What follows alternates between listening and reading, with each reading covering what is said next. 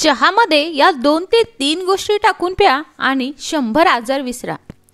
हृदयविकार, BP, sugar, गुडघेदुखी, सांधेवात यासारखे आजार कायम स्वरूपी संपतील जर चहामध्ये तुम्ही या 2 ते 3 गोष्टी टाकल्या तर. जगामध्ये सर्वात जास्त पिली जाणारी एखादी गोष्ट असेल तर तो चहा आहे. पण चहाविषयी भरपूर जे आहे जणांचे विचार उलटसुलट आहेत. आता खूप लोक चहाला चांगलं म्हणतात तर खूप लोक चहाला वाईटसुद्धा म्हणतात आणि म्हणतात की हे एक विषसुद्धा आहे. आणि चहा आरोग्यासाठी चांगला की वाईट हे सुद्धा आपण आज या व्हिडिओमध्ये जाणून घेणार आहोत. आता रोज सकाळ झाली की आपली सुरुवात ही चहानेच होत असते. पण आपण चहा करण्याची जी पद्धत आहे ती योग्य आहे का हेही तपासून बघितलं पाहिजे.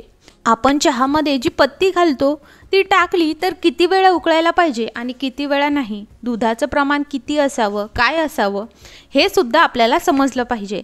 त्यामुळे आजचा व्हिडिओ नक्की बघा. आजचा व्हिडिओ तुमच्यासाठी खूप माहितीपूर्ण होणार आहे.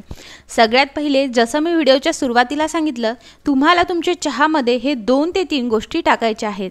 आता त्या 2 ते 3 गोष्टी कोणत्या आहेत ते तुम्हाला जाणून घेणं जास्त महत्त्वाचं आहे. तर चला आता आपण बघणार आहोत की चहामध्ये तुम्हाला काय टाकायचं आहे. आता बघा, चहामध्ये आपण चहापत्तीचा सर्रास वापर करतो. चहापत्तीमध्ये अँटीऑक्सिडंट प्रॉपर्टीज असतात, पण त्याचं अतिप्रमाण झालं तर नक्कीच शरीरावरती दुष्परिणाम होतात. आता आपण काय करत असतो, नेहमी एखादं काम करायला घेतो आणि चहा उकळण्यासाठी ठेवतो. अतिप्रमाणामध्ये आपण त्यामध्ये चहापत्ती टाकून दूध टाकून तो चहा अगदी घट्टसर व्हायला जो आहे तो सुरुवात होतो, कारण तो अतिप्रमाणात आपण शिजवत असतो. तर हा चहा तुमच्या शरीरासाठी भरपूर घातक आहे. पत्ती टाकल्यानंतर तुम्हाला चहा जास्त शिजवायचा नाही आहे. पत्ती ही आपण किती प्रमाणात वापरायला पाहिजे हे सुद्धा आपल्याला नक्कीच समजलं पाहिजे. तर जी पहिली वस्तू आहे त्या 3 वस्तूमधली ती म्हणजे सगळ्यात पहिली आहे अद्रक. अद्रकमध्ये अँटीऑक्सिडंट प्रॉपर्टीज असतात. अद्रकमध्ये पोषक घटकसुद्धा असतात जे आरोग्यासाठी भरपूर असे फायदेशीर असतात. त्यामध्ये लोह, जीवनसत्व आणि व्हिटॅमिन सी असे पोषक घटक असतात. आल्याचा चहा रोगप्रतिकारशक्ती वाढवण्याचे काम करतो. बऱ्याचदा आपलं डोकंदुखी वगैरे होत असेल तर आपण कधीही आल्याचा चहा करत असतो आणि त्याला प्रिफरन्स देत असतो. आणि बऱ्याचदा चहा पिल्यानंतर काही वेळानंतर आपलं डोकेदुखी ही नक्कीच थांबत असते. त्यामुळे आल्याचा वापर चहामध्ये आपण नेहमी करायला पाहिजे. आल्यामध्ये असलेले पोषक तत्व रोगांशी लढण्याची शक्ती वाढवतात आणि संसर्गजन्य रोगसुद्धा बरे करण्याचे काम करतात. आल्याचा चहाचा प्रभाव हा गरम असतो. हे प्यायल्याने सर्दी खोकल्यासारख्या आजारांना सुद्धा आराम मिळतो. पण उन्हाळ्यामध्ये अद्रकीचं प्रमाण हे चहामध्ये जास्त नसलं पाहिजे. हिवाळ्यामध्ये तुम्ही अद्रकीचं प्रमाण चहामध्ये जास्त ठेवलं तर चालेल, कारण ते शरीराला गरम करत असतं. हिवाळ्यामध्ये रक्ताभिसरणावर वाईट परिणाम होतो आणि या दिवसात आल्याचा चहा पिल्याने रक्ताभिसरण सुधारण्यास खूप मदत होते. आल्यामध्ये मॅग्नेशियम असतं, झिंक असतं, यासारखे खनिजे असतात जे रक्ताभिसरण सुधारतात. त्यानंतर आपल्या याच्यामधला दुसरा इन्ग्रेडियंट आहे ते म्हणजे दालचिनी. इथे माझ्याकडे दालचिनी नव्हती म्हणून मी इकडे दालचिनीची पावडर घेतलेली आहे. मी दोन्हीपैकी काहीही घेऊ शकता. दालचिनीमध्ये लोह, मॅग्नेशियम, फॉस्फरस, कार्बोहायड्रेट्स, प्रथिने, कॅल्शियम, मॅग्नीज, जस्त, तांबे, नियासिन आणि थायमिन यासारखे घटक असतात जे शरीराला भरपूर आवश्यक असे पोषक देण्यास मदत करत असतात. दालचिनीचा जर तुम्ही चहामध्ये समावेश केला तर तो टेस्टलासुद्धा अतिउत्तम लागतो आणि हे प्यायल्याने ते थेट जे आहे ते रक्तवाहिन्यांपर्यंत पोहोचून आपला फायदाच करत असतात. तर मग त्यामुळे तुम्ही दालचिनीचा वापर चहामध्ये नक्की करा. आणि तिसरी वस्तू आहे ती म्हणजे आपली हिरवी विलायची. हिरवी वेलची जर आपण चहामध्ये वापरली तर टेस्ट अगदी उत्तम लागते. पण ही हिरवी वेलची आपण चहामध्ये वापरली तर पचनक्रियासुद्धा सुधारते. वेलची चहा पिल्याने तुमची पचनक्रिया ही सुधारते, पण त्यामध्ये फायबर असल्याने बद्धकोष्ठता आणि ॲसिडिटीसारख्यासुद्धा समस्या होत नाही. त्यासोबत वेलचीचा चहा पिल्याने तुमचे हृदयसुद्धा हेल्दी राहतं आणि बॉडी ब्लड सर्क्युलेशन पण चांगलं राहतं. जर घसा खवखवत असेल, रोगप्रतिकारशक्ती कमी असेल किंवा तोंडाचा वास येत असेल तर मग अशा वेळेस तुम्ही वेलची चहा नक्की प्यायला पाहिजे आणि त्यामध्ये हिरवी वेलचीचा उपयोग नक्की केला पाहिजे, कारण वेलची चहा प्यायल्याने घशाची जी खवखव होत असते ती दूर होते, कारण त्यात अँटीबॅक्टेरियल असे गुण असतात जे घशाचं इन्फेक्शन दूर करण्यास खूप काम करत असतात। आणि चला मग आता ह्या तिन्ही वस्तू कशा रीते वापरायच्या, तुमचा रोजचा चहा कशा पद्धतीने झाला पाहिजे ते सुद्धा जाणून घेणं तेवढंच महत्त्वाचं आहे। तर साधारण आपण एका व्यक्तीसाठी किती चहा बनवणार आहोत त्याचंच प्रमाण मी तुम्हाला इकडे सगळं काही सांगणार आहे। सो तुम्हाला सगळ्यात प्रथम इकडे घ्यायचं आहे अर्धा कप पाणी। आपण इकडे आधी जे काही वस्तू घेतलेल्या आहेत त्या आधी आपल्याला छान उकळवून घ्यायच्या आहेत, कारण त्याच्यामध्ये चांगला अर्क त्या पाण्यामध्ये त्या पूर्ण वस्तूंचा गेला पाहिजे, तरच त्याचा आपल्याला फायदा होणार आहे।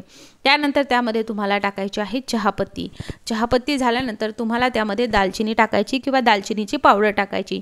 जर दालचिनी वापरत असाल तर ती तुम्हाला खलबत्त्यामध्ये कुटून मगच त्याचा वापर करायचा आहे, जेणेकरून त्याचा जो काही अर्क आहे तो पूर्ण आपल्या चहामध्ये येईल।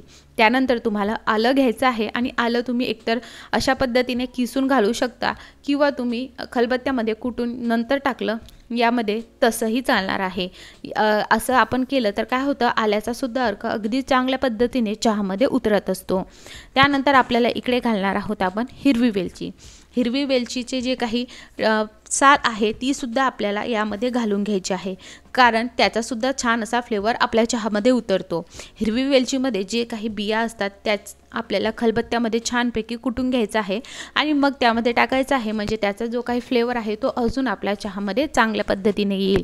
तुम्हाला या तीनही गोष्टीचं प्रमाण अति करायचं नाही आहे, अगदी एका व्यक्तीसाठी बनवतो आहे त्यामुळे थोडं थोडंच तुम्हाला यामध्ये इकडे तीनही गोष्टी घालायच्या आहेत। नंतर हे गॅसवरती ठेवून याला चांगली अशी मंद आचेवरती उकळी काढून घ्यायची आहे, म्हणजे हा जो काही अर्क आहे ह्या आपण 3 वस्तू घातल्या आहेत आणि चहापत्तीचा जो काही कलर आहे तो सुद्धा चांगल्या पद्धतीने येईल। आता बघा, हा चहा तुम्ही साखर न टाकता सुद्धा करू शकता आणि तसंच जर तुम्ही पेत असाल तर अतिउत्तम, पण जर तुम्हाला त्यामध्ये थोडीशी साखर वगैरे हवी असेल तर साखर न वापरता जर तुम्ही गुळाचा वापर केला तर अतिउत्तम। पण बऱ्याचदा असं होतं की जेव्हा आपण गुळाचा चहा करतो तर बऱ्याच लोकांकडनं तो गुळाचा चहा फाटत असतो, मग अशा वेळेस जर तुम्हाला गुळ यामध्ये वापरायचा असेल तर मग तो कशा पद्धतीने वापरायचा जेणेकरून चहा फुटत नाही तेही सांगते। पहिली गोष्ट, तुम्हाला हे सगळं चांगल्या पद्धतीने उकळून घेतल्यानंतर 2च मिनिटं शिजवायचं आहे, जास्त शिजवायचं नाही। मंद आचेवरती केलं तर पूर्ण चांगल्या पद्धतीने येतो। त्यानंतर पहिली पद्धत अशी आहे गूळ टाकण्याची की तुम्ही याचमध्ये गूळ टाकून घेऊ शकता आणि नंतर आपण त्यामध्ये दूध टाकून लगेच गॅस बंद करायचा आहे। जर तुम्ही दूध टाकून तो गॅस चालूच ठेवला आणि ते चांगलं उकळवायला गेलं तर 100% तुमचा गुळाचा हा काही चहा आहे, कारगर असा चहा, तो नक्की जो आहे तो फाटेल। त्यामुळे तुम्हाला काय करायचं आहे, एकतर असं टाकायचं आणि बंद करायचं आहे। दुसरी टीप, तुम्ही यामध्ये जेव्हा हे सगळं उकळून घेणार आहात आणि नंतर त्यामध्ये जेव्हा दूध टाकणार आहात तर दूध टाकल्यानंतर तुम्ही जेव्हा हे गॅस बंद करणार आहात त्यानंतर तुम्हाला गूळ टाकायचं आहे, कारण चहा गरम असतो तर गूळ व्यवस्थितरित्या मेल्ट होतो आणि नंतर तुम्ही चहा गाळणीने गाळून घेऊ शकता। आता हे चांगलं उकळतं आहे 2 ते 3 मिनिटापासून, तोपर्यंत आपण दुसऱ्या गॅसवरती दूधसुद्धा चांगलं उकळवून घेतलं आहे, कारण दूधसुद्धा आपल्याला यामध्ये गरमच घालायचं आहे, नाहीतर आपला चहा नक्कीच फुटणार आहे, कारण आपल्याला दूध यामध्ये घातल्यानंतर लगेच गॅस बंद करायचा आहे।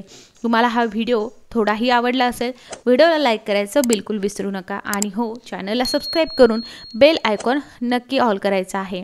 आता तुम्ही बघू शकता गेले 3 मिनिटं झालेले आहेत, आपला चहा चांगला उकळत आहे।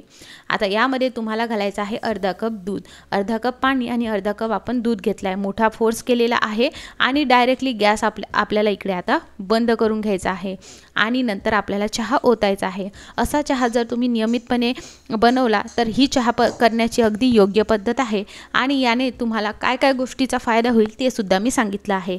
त्यामुळे असा चहा तुम्ही नक्की करून बघा। जी गूळ आणि साखर जर नाही वापरली तर हा चहा अगदी बेस्ट होतो। जे लोक वेट लॉस करत आहेत त्यांनी सुद्धा हा चहा सेवन करू शकता, फक्त विदाऊट तुम्हाला गूळ आणि साखर वापरता करायचा आहे। सो हा चहा आणि याबद्दलची माहिती तुम्हाला कशी वाटली कमेंटमध्ये सांगायला बिलकुल विसरू नका आणि हो मंडळी, भेटूयात पुढच्या व्हिडिओमध्ये। लाईक करायचं बिलकुल विसरू नका। धन्यवाद।